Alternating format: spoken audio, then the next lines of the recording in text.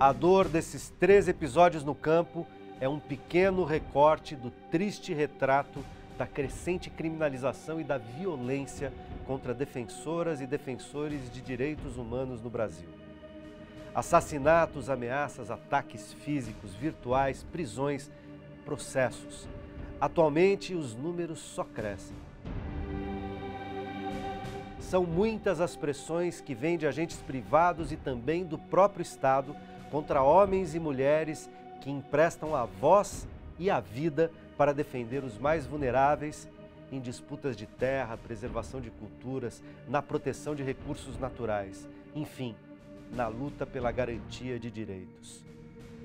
Quais os desafios para implementar políticas de proteção ampliadas que tenham caráter preventivo e, de fato, assegurem a integridade, a liberdade de expressão e de ação desses ativistas, líderes de movimentos populares e de trabalhadores? Eu sou obrigado a ter segurança ao meu lado, porque eu estou sendo seguido por pistoleiros, estou ameaçado pelos pistoleiros. Inclusive, segundo as notícias que estão me chegando de onde para cá, é que eles garantem que nos próximos dias eles darão conta de mim. Mas eu tenho um compromisso moral comigo, que essa luta eu não posso largar. Mesmo que tenha que algum dia receber balas assassinas, mas nós temos um compromisso de levar para frente. Essa é a conversa que começa agora no Melhor e Mais Justo.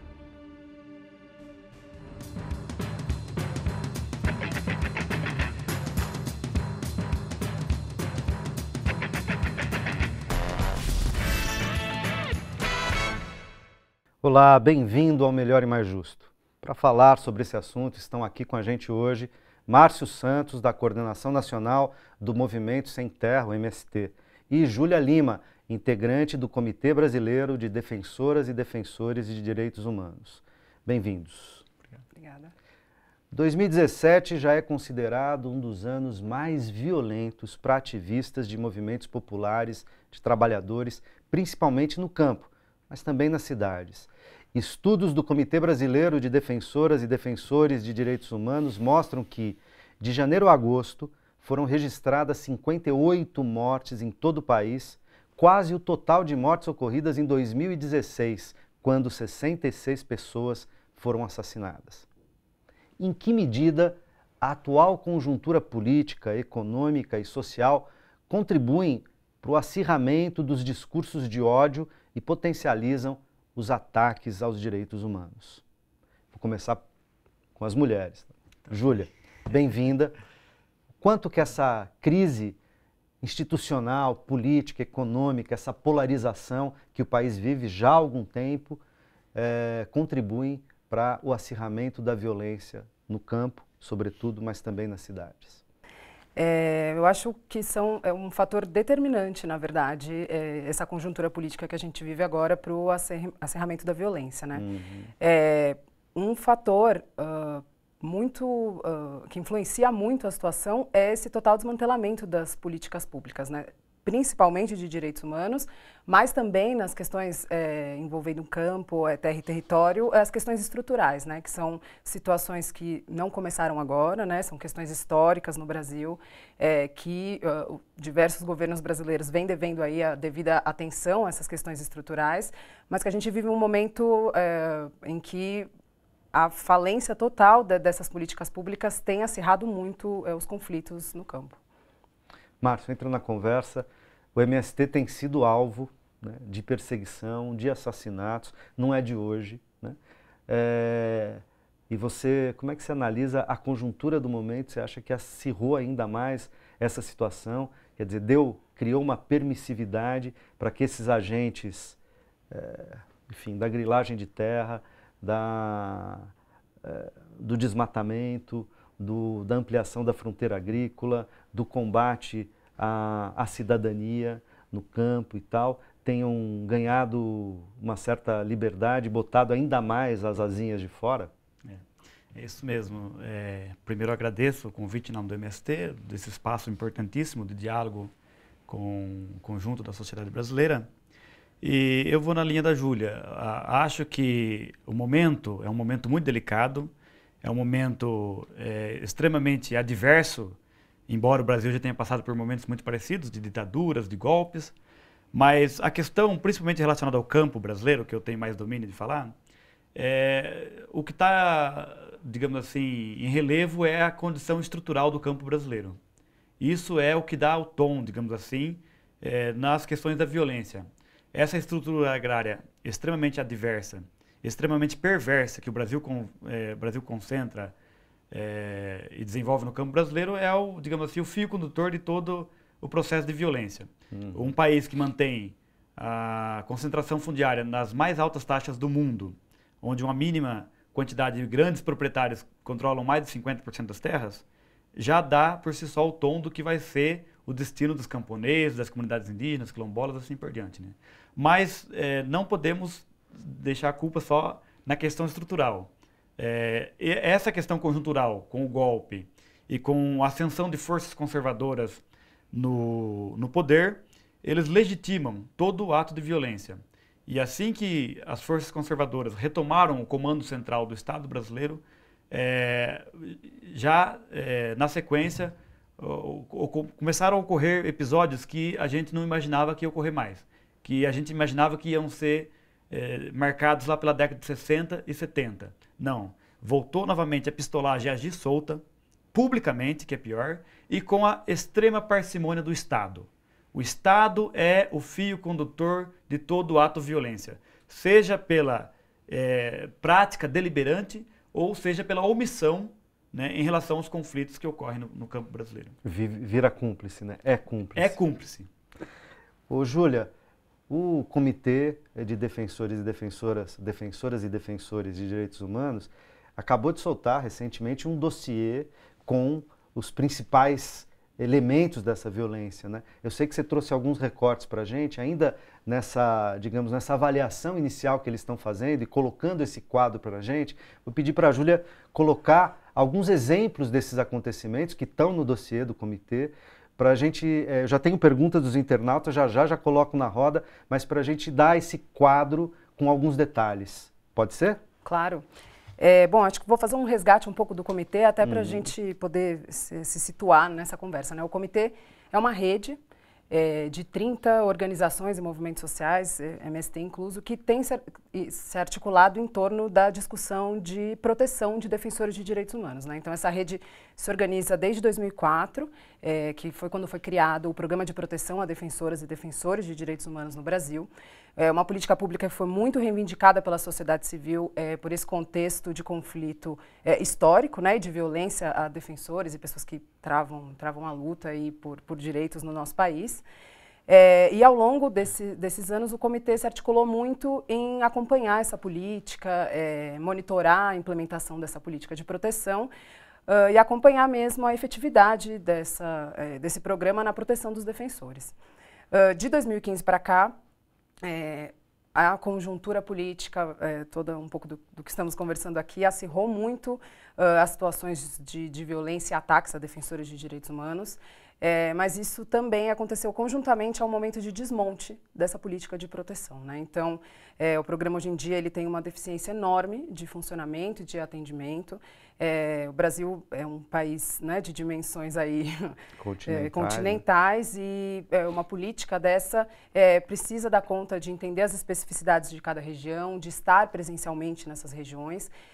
E o comitê entende muito que a falência dessa política é um dos fatores que influencia muito o aumento dessa violência. E objetivamente a falência o Estado parou de investir, cortou verbas, destituiu o programa. O que ele fez objetivamente? Ou tudo isso que eu estou falando junto? Infelizmente é tudo isso. Existe uma grande falta de vontade política em estruturar esse mecanismo de proteção. A ideia do programa de proteção, e existem outros na América Latina, ela é muito interessante, porque além de fazer a defesa de ativistas, militantes que estão na linha de frente, sofrendo as ameaças, o programa, sua ideia é que ele sirva também como um articulador com outras políticas públicas, outros órgãos públicos. Afinal, a ideia é que esses conflitos vêm de questões estruturais, né, e que precisam de muitos esforços para serem resolvidas. Então, a ideia dessa política era também fazer essa movimentação. essa vontade... Implicar a sociedade, né, mais amplamente nessa defesa. Com certeza, mas também, por exemplo, questões de como tratar a questão da proteção de defensores indígenas, por exemplo, precisa caminhar junto com garantir a demarcação de territórios indígenas, né? Então, para dar um exemplo um pouco de como o programa deveria também articular essas outras questões mais estruturais. Essa vontade política, na verdade, é algo que o comitê avaliou que ao longo desses anos nunca foi muito implementada, então o mecanismo tinha uma função muito paliativa de garantir a proteção, mas ainda assim vem falhado em muitas questões de proteção concreta, né? E aí, mais recentemente, desde 2015, alguns fatores intensificaram isso. A remoção da sociedade civil do conselho do programa. Então, a sociedade civil teve um papel muito forte na criação, mas também no acompanhamento, na indicação desses casos, acompanhamento nas situações de violência. E o decreto que constitui o programa removeu a sociedade civil de participar ativamente dessa política. A retirada de recursos. Então, equipes fechando, o programa ele funciona em nível nacional, mas também em articulação com os estados, né? E hoje em dia a gente tem apenas 3 estados onde essa política está funcionando. E uma falta de metodologia Quais mesmo. são os estados? Pernambuco, Maranhão e Minas Gerais. Alguns fecharam recentemente, alguns... Teve, por exemplo, programas em que o estado indicou que cortaria para 1/3 dos recursos e o programa deveria continuar atendendo o mesmo número de defensores que estava atendendo anteriormente, né? Então, para você ver a fragilidade em que essa política se encontrava. Enfim, e todo esse cenário fez com que o comitê tivesse que ampliar um pouco a sua visão e atuação em torno da defesa de defensores e defensoras de direitos humanos, né? Então, desde 2015, o comitê tem se articulado mais, tem feito mais encontros e atuado em outras frentes de atuação também. Uma delas é a sistematização e documentação desses casos, para que a gente, sociedade civil, consiga compreender melhor como essas situações estão acontecendo, onde elas estão acontecendo e poder também pressionar o Estado de agir nesses casos. E a gente tem se deparado aí do ano passado para cá com um aumento absurdo da violência. Como você mencionou, os números não param de crescer. Então, ano passado, a gente já teve um índice histórico de homicídios de defensores e defensoras de direitos humanos. Esse ano, só no primeiro semestre, a gente já teve quase a totalidade dos casos do ano passado. E a nossa análise, inclusive, é que esses números vão subir. Vão subir porque a gente está num cenário em que essas forças aí institucionais, mas também de movimentações sociais e de, enfim, pressão também da mídia. Eu acho que tem vários fatores que influenciam essa situação, mas há uma omissão muito grande do Estado em garantir a proteção dessas pessoas. Então, a gente avalia com muita preocupação a piora desse quadro ao longo do ano. Tá certo. Eu vou colocar aqui já os internautas na conversa, os internautas que mandam perguntas durante a gravação do programa à tarde, as gravações são transmitidas ao vivo pelas redes sociais e os internautas participam da feitura do programa. Eu já tenho perguntas aqui, comentários. Vou começar com um comentário do Rogério Matucci, de São Paulo. Ele diz o seguinte, que ele está abismado em notar cotidianamente o quanto nós permitimos que esses criminosos, golpistas lesa-pátria, consigam andar nas ruas livremente. Então, ele está abismado com a impunidade aos agentes institucionais ou não dessa violência. Isso sempre aconteceu no Brasil, mas parece que a gente vive um momento onde a situação faz com que isso que sempre aconteceu ganhe né, um salto aumentado, ampliado, né? É lastimável e, lamentavelmente, a impunidade, principalmente nos conflitos agrários, ela é muito latente no Brasil, né? Nós, do MST, costumamos dizer o seguinte, se comparado ao período da ditadura militar e o período democrático, a gente não sabe se a gente perdeu mais companheiro durante o período democrático ou durante a ditadura militar. Por quê? Porque a matança no Brasil, na zona rural, nos conflitos agrários, ela é permanente. Se a gente pegar, por exemplo, na década de 90, só 2 massacres a mando do Estado por forças policiais foram 29 sem terras assassinados, 10 em Corumbiara e 19 em Eldorado dos Carajás, né? Não foi pistolagem, não foi a oligarquia agrária que se organizou com seus capangas e foram lá matar. foi o braço armado do Estado, a Polícia Militar, nos dois casos, né? Envolvendo inclusive pistolagem, junto às forças policiais, a pistolagem ao lado dos policiais, né? Então, desses casos, poucos casos vão a julgamento. E se vão a julgamento, a condenação, embora haja condenação, eles continuam em liberdade. Por exemplo, o Adriano Chafik, que foi o mandante dos últimos grandes massacres que teve contra os sem terras, lá em Minas Gerais, ele tem prisão decretada, mas está foragido, né? Ou seja, quando há uma condenação contra um militante por uma ocupação de terra, por uma marcha, por uma ocupação de prédio público, a justiça é muito rápida. Antes mesmo de ser julgado e condenado, já há uma prisão preventiva para cercear a liberdade daquele ativista, daquele militante. Mas quando é um mandante de massacre, de chacina, eles continuam livremente cometendo as atrocidades, né? Assim como os mandantes de Doris Teng, parece que agora foram condenados, mas não tenho dúvidas que daqui a uns dias terão liberdade e assim por diante, né? Então, essa questão, ela caminha lado a lado, da impunidade, caminha lado a lado com a situação estrutural do campo brasileiro, que né, por uma opção econômica, estruturado em grandes latifúndios, monocultores, destinado à exportação. Então, essa estrutura é intocável. E quando tem famílias, camponeses, indígenas, quilombolas, que questionam essa lógica, eles pagam muitas vezes com a vida, né? Quando não pagam com a vida, pagam com prisão. Quando não é com prisão, a sua pauta simplesmente vai sendo, digamos assim, destituída todo dia, né? Por exemplo, o caso dos indígenas hoje é o que está mais latente, né? Não só o fim das demarcações, como também processo de reversão às áreas já demarcadas. Isso é muito grave.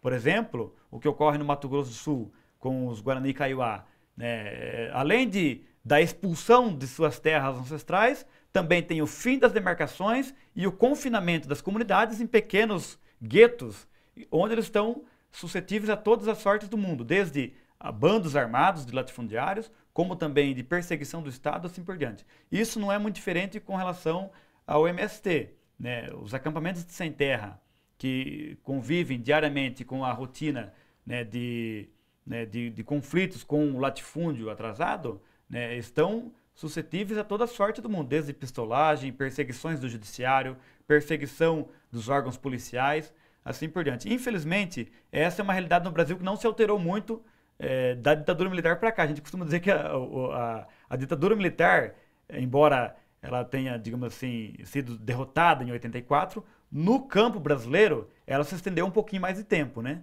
Ou seja, não houve tanta diferença assim. Embora, evidentemente, que a gente saiba que, num período democrático, pelo menos, digamos assim, a possibilidade de luta e de denúncia pública é muito melhor do que no período de ditadura.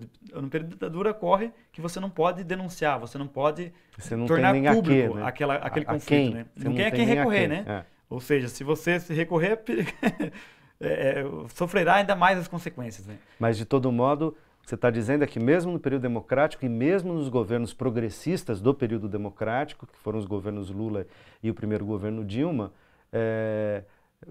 não se enfrentou a estrutura, né? A imensa desigualdade marcada pela estrutura agrária brasileira e pela luta no campo. Infelizmente, né? Não. Infelizmente não, porque os números são muito tímidos, principalmente relacionados à reforma agrária, né? Ou seja, o índice de Gini que mede a concentração, o grau de concentração, quando ele é levado à estrutura fundiária, demonstra que o índice de Gini ele aumentou em vez de diminuir. Então você não atacou o cerne da questão agrária, que é a mudança, a inversão da estrutura fundiária. Para mim, o carro-chefe de todas as mazelas relacionadas ao campo brasileiro está na estrutura fundiária. Para mim e para vários especialistas do assunto, né? Ou seja, é inadmissível um país que tem uma dimensão continental. Se a gente estivesse falando de um país de extensões territoriais limitadas, não, a gente está falando do país que tem uma enorme extensão territorial e é o país que detém as maiores quantidades de terras agricultáveis do mundo. Então não é qualquer país. Um país como esse manter taxas alarmantes de concentração fundiária, onde 2% dos proprietários controlam quase 70% das terras, ou seja, daí já tem a noção e a dimensão do tamanho do conflito que a gente está dizendo aqui. Do tamanho da desigualdade, do tamanho de que isso não pode dar certo. Em contrapartida, uma população que cresce dia a dia. O Brasil tem hoje mais de 200 milhões de habitantes. E essa estrutura agrária, ele é responsável, inclusive, pelas mazelas que ocorrem na cidade. Porque se você tem, num país agrário, 85% da população vivendo na cidade, alguma coisa deu errado lá no passado. E se não corrigir essas anomalias, o conflito tende a ocorrer com mais intensidade no campo, aonde as comunidades que resistem a essa lógica vão sofrer todos os atropelos possíveis do Estado, mas também o conflito ocorre na cidade. O que a gente assiste hoje na Rocinha, lá no Rio de Janeiro, seria, digamos assim, seria correlato de uma estrutura agrária que no passado não garantiu a permanência de uma relativa parcela da sociedade brasileira vivendo numa condição de camponeses, de uma agricultura um pouco mais democratizada, digamos assim. Sim, eu costumo dizer que o latifúndio ele é cúmplice dessa urbanização caótica que ocorreu no Brasil entre os anos 50 até a atualidade, digamos assim. Cúmplice é responsável, né? Responsável. Quer dizer, a manutenção dessa ideia de uma concentração de renda, de uma desigualdade que o latifúndio representa no Brasil e representou e ainda representa muito fortemente, mostra que um país onde, dados muito recentes dessa semana, né, os 6 maiores bilionários brasileiros têm a riqueza de 102 milhões dos brasileiros mais pobres e que 5% da população mais rica detém toda a riqueza dos outros 95% da população, esse é um país que não pode dar certo. Né? Não pode dar certo. Fala, Eu queria Júlia. adicionar uma outra questão do Estado também com relação à violência no campo, que é o modelo de desenvolvimento econômico do Brasil. Muitos dos contextos de conflito têm relação íntima com projetos de desenvolvimento, né? Mega empreendimentos, projetos de estrutura, hidrelétricas, e que acontecem não só por incentivo do Estado brasileiro, mas também por uma total falta de fiscalização pela maneira como essas empresas implementam esses projetos. Né? Existe um impacto enorme em como esses projetos são implementados, comunidades removidas, o direito de território de povos tradicionais não respeitados, e muitas das violações acontecem nesses territórios. Né? Então, e isso também eu acho que é uma marca de governos tanto de esquerda quanto essa situação em que vivemos agora. Vou aproveitar e colocar uma pergunta aqui do Daniel Queiroz, de Mogi das Cruzes, que tem a ver com isso que você está falando. Ele diz, é possível uma intervenção internacional para que a ordem se restaure e acabe essa violência no campo? Quer dizer, os movimentos internacionais, o direito internacional, teria a condição de fazer uma intervenção de fato efetiva para tentar conter esse grau de violência? Olha, o comitê tem tido grandes esforços de denunciar internacionalmente a situação no Brasil. Diversos organismos internacionais de direitos humanos têm acompanhado a situação com bastante preocupação. Então, a gente já faz frequentemente denúncias à Relatoria de Defensores de Direitos Humanos, Relatoria de Meio Ambiente, Água, População Indígena, da ONU, da Comissão Interamericana de Direitos Humanos. Então, isso é um esforço que a gente tem tido em levar essa situação para conhecimento internacional. Isso é um ponto, inclusive, muito interessante, porque quando a gente discute a questão da violência a defensores com outras organizações e movimentos da América Latina, agora que o comitê tem tido a capacidade mais de sistematizar e publicizar esses números, é sempre motivo de espanto. Então, eu acho que justamente também por esse período em que a gente viveu, dos governos do PT e de progresso no Brasil, os movimentos têm muito espanto com esse número de violência. Então, existe uma grande invisibilidade da situação no Brasil.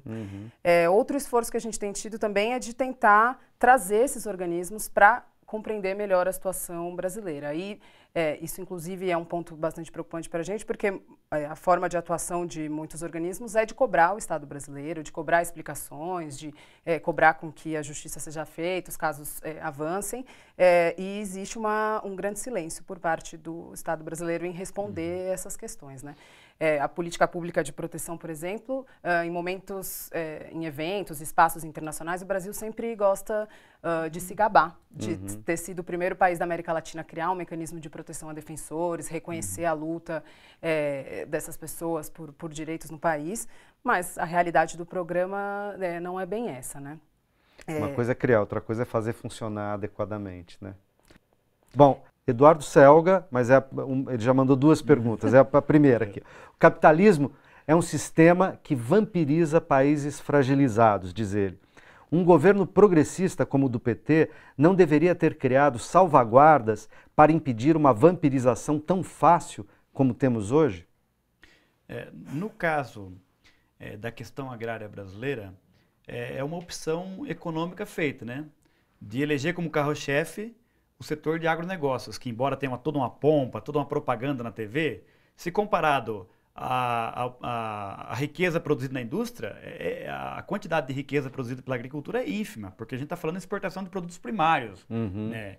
Você exporta 2 vagões carregado de ferro, mas não dá o preço de um chip. Né? Então, essa é a opção que o Brasil fez.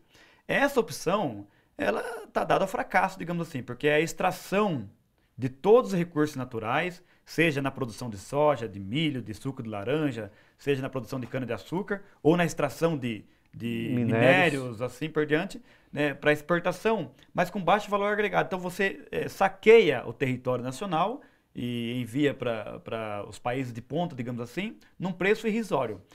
Esse modelo adotado, digamos assim, que foi uma opção, inclusive, dos governos progressistas, né?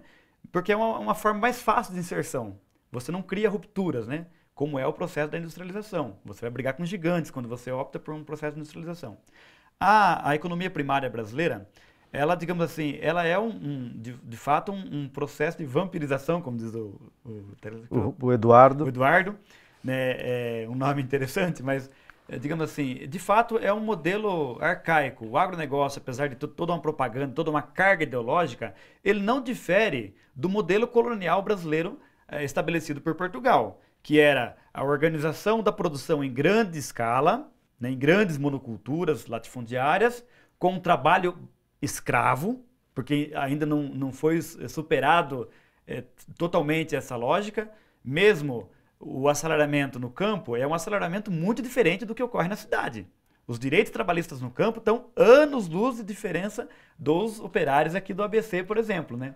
E agora com deforma trabalhista, contra-reforma trabalhista e terceirização, vai piorar o que tínhamos na cidade, vai piorar ainda mais o que já é tão atrasado no campo. Não só a precarização do trabalho com a reforma trabalhista, mas como a previdência. Porque, digamos assim, a expectativa de vida no campo ainda é muito mais baixa do que na cidade. Se a gente pegar, por exemplo, regiões historicamente rurais do Brasil, o índice, digamos assim, o nível de vida, a expectativa de vida do brasileiro ainda é menor do que na cidade, por uma série de fatores, inclusive de políticas públicas que chegaram tardiamente ou não chegaram ainda, né? Mas, para encurtar um pouco a história aqui, na minha opinião, acho que esse modelo adotado pelo Brasil é um modelo suicida, né? Não que a industrialização aos moldes do desenvolvimento do capitalismo lá do final do século XIX também seja essa potência toda, porque causou danos irreversíveis ao meio ambiente, assim por diante, né? Mas, nesse caso brasileiro, de sobrepor a pauta das exportações de produtos primários em relação aos demais manufaturados, ele é um modelo que não tem muito futuro. Porque você vai exacerbar a exploração da natureza, você vai retirar o máximo daquilo que o solo dispõe, você vai retirar o máximo daquilo que os recursos naturais propõem, e cá entre nós, né, a revogação da reserva, né, lá que o Temer, da Renca, que o Temer propôs, é reeditar aquilo que a gente assistiu na Serra do Navio, né? Vem os gringos, retira tudo, leva embora, em nome do desenvolvimento que nunca chega, né? Então, infelizmente, essa é uma herança que os governos progressistas não conseguiram romper no Brasil, e muitas vezes porque mexer na estrutura é muito difícil, mas também muitas vezes porque acomodou, porque a pauta das exportações, ela de fato ela é cativante, né? O volume exportado é muito grande. Agora, digamos assim, transformado isso em riqueza para a sociedade brasileira é irrisório, né? Então, que diante da ausência de uma pauta de de exportações de manufaturados, com valor agregado e tal, você tenta fazer o teu caixa Exatamente. E de algum modo se promover em torno da exportação daquilo que você tem na mão e acaba fazendo o pacto com o agronegócio, com a sua alta produtividade e tal, extensiva, de monocultura e tal, mas com o que ele tem de pior do ponto de vista da estrutura agrária que você está dizendo. Eu preciso fazer um intervalo, a gente tem mais perguntas aqui, então daqui a pouco a gente volta e eu volto já direto com as perguntas dos internautas que mandam perguntas e comentários durante a gravação do programa, ok? A gente já volta, não sai daí.